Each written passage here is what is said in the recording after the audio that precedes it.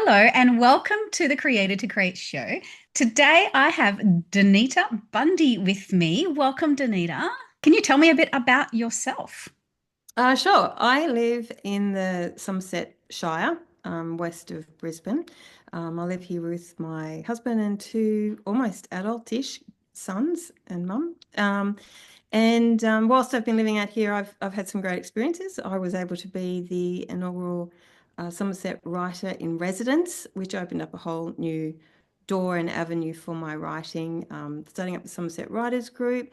I also teach an extension writing program at our local high school, and I've also do a lot of other stuff, photography in this beautiful area, and yeah, just making the most of life out here in this beautiful part of the world. Can you tell me more about the writer in residence? What does that look like? Oh, goodness. It was such an amazing thing. I desperately needed funds to publish my first book.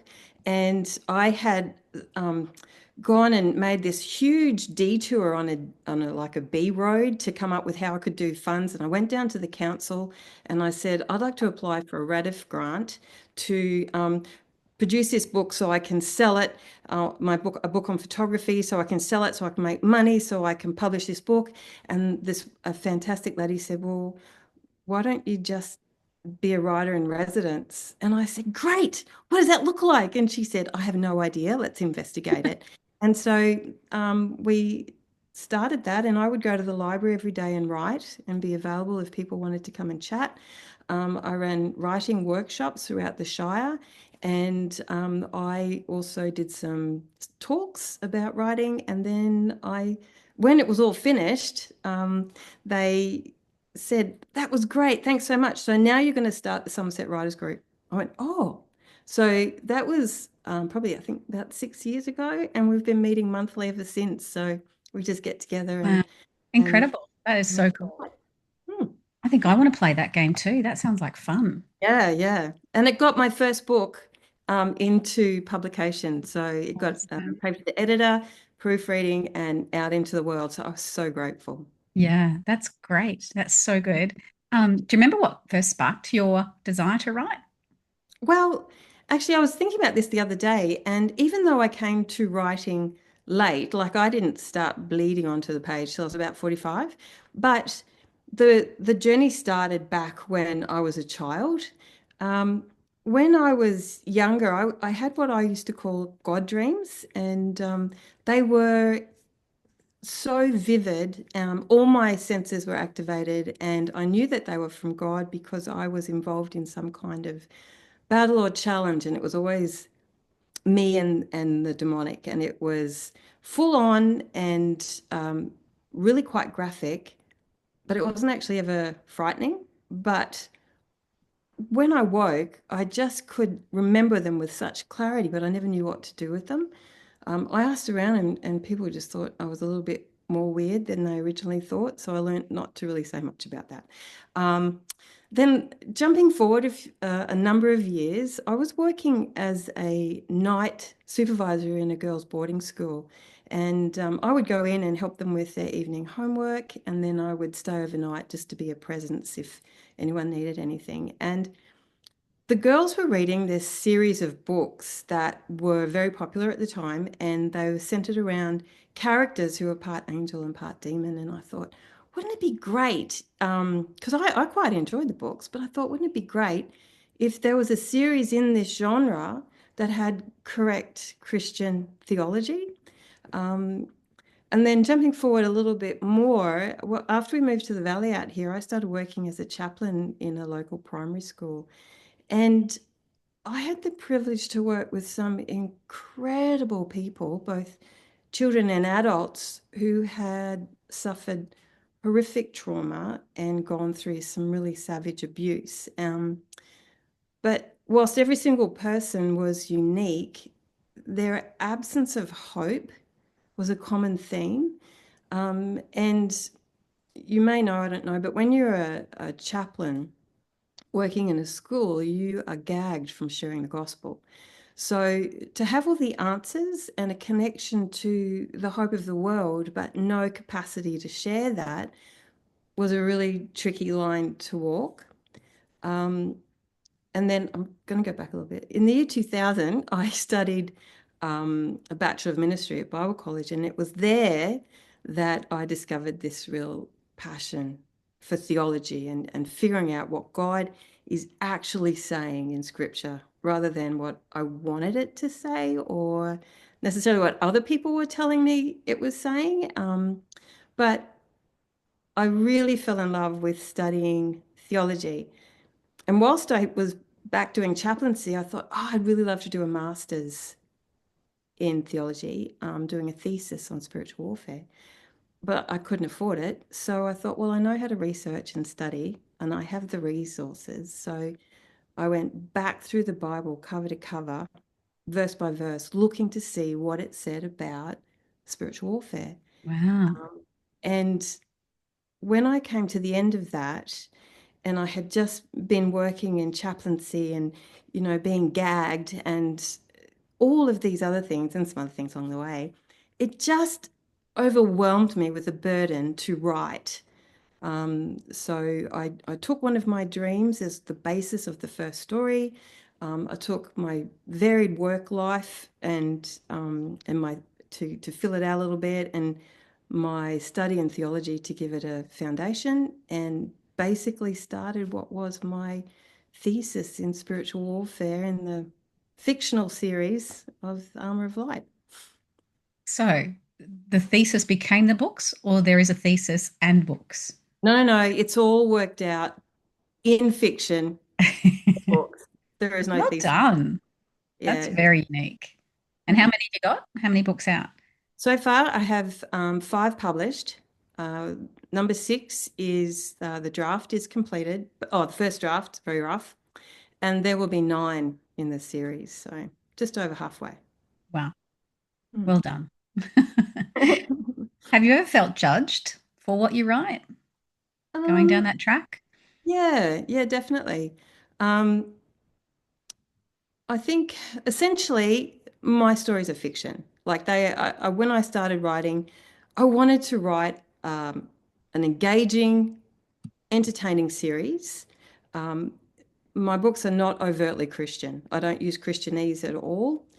But if a Christian were to read it, I would really hope that they were encouraged and that they were challenged in some way. Um, I wanted to portray my experience with the Christian faith, which was when we come into a relationship with God and our eyes are open and we begin that journey of transformation. It's not instant. So we have a lot of we're broken when we come in. We are redeemed, but that transformation is on God's timeline through his grace. So I wanted to demonstrate what this was like. And I know people who struggle with things like swearing or things they bring with them into their new life from their old life. And so I wanted to portray this. And so I didn't want to offend people with swear words. So I came up with my own vocabulary um, to show that. And people didn't like that. Other people don't like that I've got multiple points of view because I didn't know what I was doing when I started. I just Yeah. wrote. Somebody else made it very clear that she didn't like it that I was writing from a man's perspective because I've got some men, some women that I, and boys and girls. There is a lot of things that I have heard feedback about that is not necessarily positive. Mm. Um, but that's okay because underlying it all, there is my version of Christian theology, and we all sort of interpret things a little bit differently in the body of Christ. So it's going to upset some people, but that's okay. I I like think. how you can that's okay it. That's great. Great place to be at. It's not easy. Like I didn't find it easy when I started getting that kind of feedback. Yeah. People basically saying you're wrong, so Yes. don't write that. Yes. Maybe I am, and I guess yeah, we just see things differently, and the beauty is to accept that we do see things differently. Yeah. Okay with And that. I think too, it's like that journey into the faith. that point of acceptance doesn't just happen. And because, as you know, as writers, we do pour ourselves onto the page, and life experiences sort of feed into the story. Like it's not a biography, but I tell you what, when they're hurting, it's because I know what that hurting feels like and that suffering looks like and feels like. So that's mine. And so then when someone comes back at you and tells you, actually, no, that's theologically incorrect. You can't write that. And I'm thinking, well, thanks very much for that, but that's my personal experience. So I'll Yeah. just put that in there. The hardest thing is when you get that feedback after it's published and you're thinking, oh, even if I agree with you, there's not a lot I can do about that. So we just let that Yeah. slide. Yeah. That's so true. So you've been writing for how long now? 10 years. 10 years. And what's the highlight? Oh my gosh. Well, taking all of that critique on board hurts, but when you get somebody who gets it, you know, and you get feedback and someone's just like, "Oh my gosh, I cannot put it down. You are the cause of me not sleeping," because they've just picked up the book and it's met them where they're at. They get it, they love it, and they're just consuming the series. That's such a highlight. And I once, rando, I got a message from this guy. He said, "Hi, I was recently on a cruise to Papua New Guinea and there was a storm and we couldn't get off the boat. And so I was sitting there and I found a really tattered copy of your book and I read it. I love it. I just wanted you to know." I was thinking, oh my gosh, there's a copy of my book that someone left on a Oh my cruise ship, Bruce. and somebody else picked it up and they had this like, oh my gosh, I love this book. Where can I get the rest? And then started asking questions. Why is this? Why did that happen? And can you tell me about this? And I started this, conversation with someone who had just, thought, far out. God is amazing, isn't he? Like, Oh, it's the best. It is the best when someone reads your work and wants to know more about what was going on in the story. yeah, yeah. So just getting Yeah, positive feedback, because I think our human nature is, I guess, we might get those 9 compliments, yeah. but we will hang on to that negative, even though you're working to say, you know what, that's okay. It still is on repeat. So yeah, when you get that positive, when you're feeling the love coming back at you, it's like, They're the yay. ones we need to hold on to and remember more Yeah, yeah, and remind ourselves that keep yeah. writing. It's okay. Pin those ones to the board and come back to them. Yeah. Yes, absolutely. Absolutely.